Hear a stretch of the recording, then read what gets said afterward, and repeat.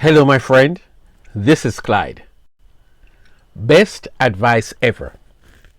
It's graduation season, the time when schools stage grand ceremonies to celebrate those who have met requirements to be named as a graduate of the institution.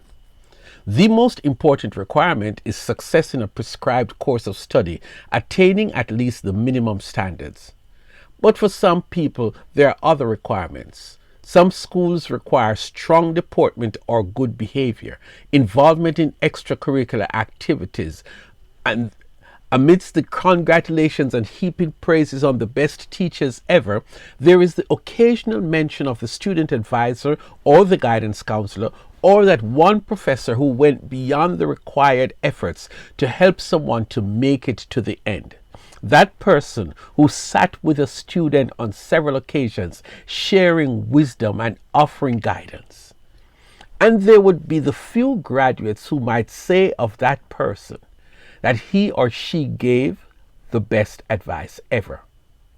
That's the person whose advice would have proven to be vital leading up to graduation. Trust in the Lord with all your heart. Lean not on your own understanding. In all your ways submit to him, and he will make your paths straight. Proverbs 3 verses 5 and 6. I just shared a scripture that is the best advice ever. But let us put a pause to that so that we can clarify any conceptual or academic explanation of what it means to trust someone, and in our case, to trust God. I don't know that your understanding of trust is similar to mine, so I am going to state a definition and hope you will agree with it. To trust is to demonstrate rock-solid confidence or reliability in someone or something. To trust someone is to hold them up as reliable, dependable, and to have full assurance in that person's word and character.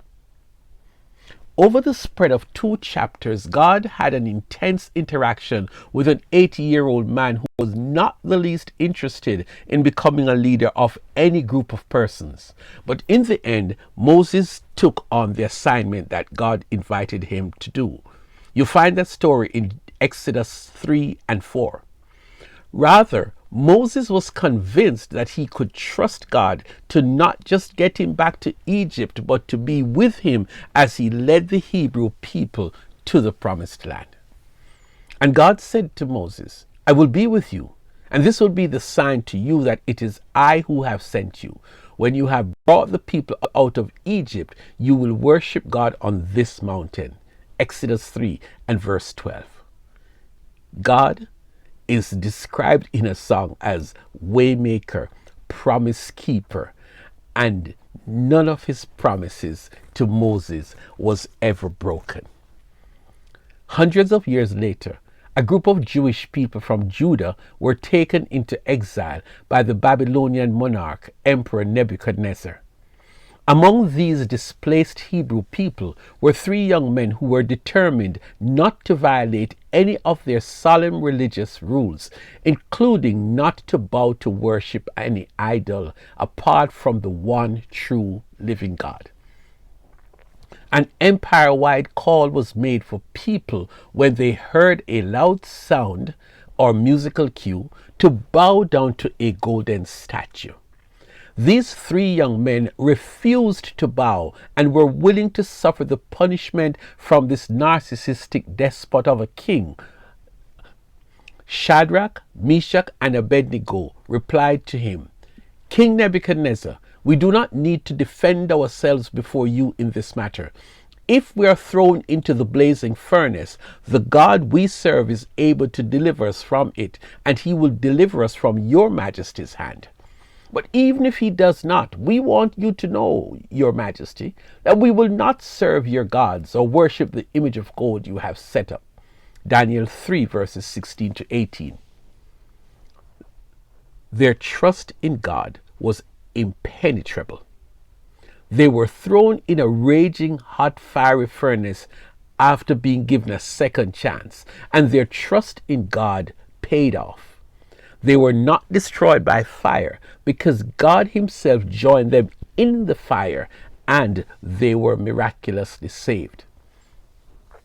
We're living in challenging times, and we hear God asking us to trust Him rather than to trust in politicians, to trust in wealth, to trust in employers or anyone else. Simply, God says, trust Him.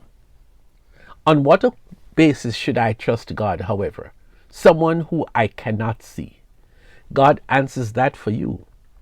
And those who know your name will put their trust in you. For you, Lord, have not forsaken those who seek Him. Psalm 9 and verse 10. God is presented to us as one we can trust. The writer of this psalm says that it is important to know who God is, to know His reputation before you trust in Him. It makes sense because you should trust in a God who has a track record of never going back on His word, a God who has proven over and over again that He can be trusted. Trust God based on His reputation or His record that is proof of His character. David says, when I am afraid, I will put my trust in you. Psalm 56 and verse 2. God and knows His reputation that speaks for Him through the good works that He has done. Praise be to the Lord who has given rest to His people Israel just as He promised. Not one word has failed of all the good promises He gave through His servant Moses. 1 Kings 8 and verse 56. Very often in a democracy, folks will vote for a particular candidate.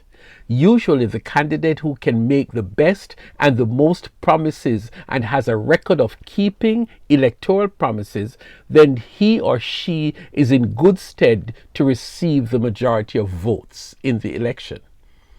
Praise be to the Lord who has given rest to His people Israel just as He promised.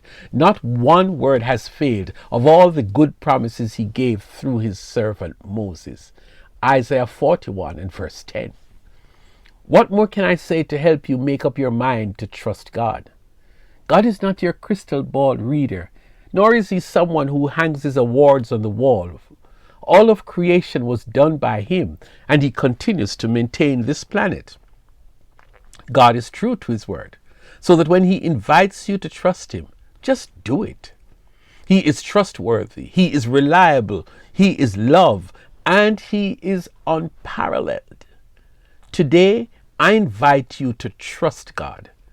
It is the best advice ever.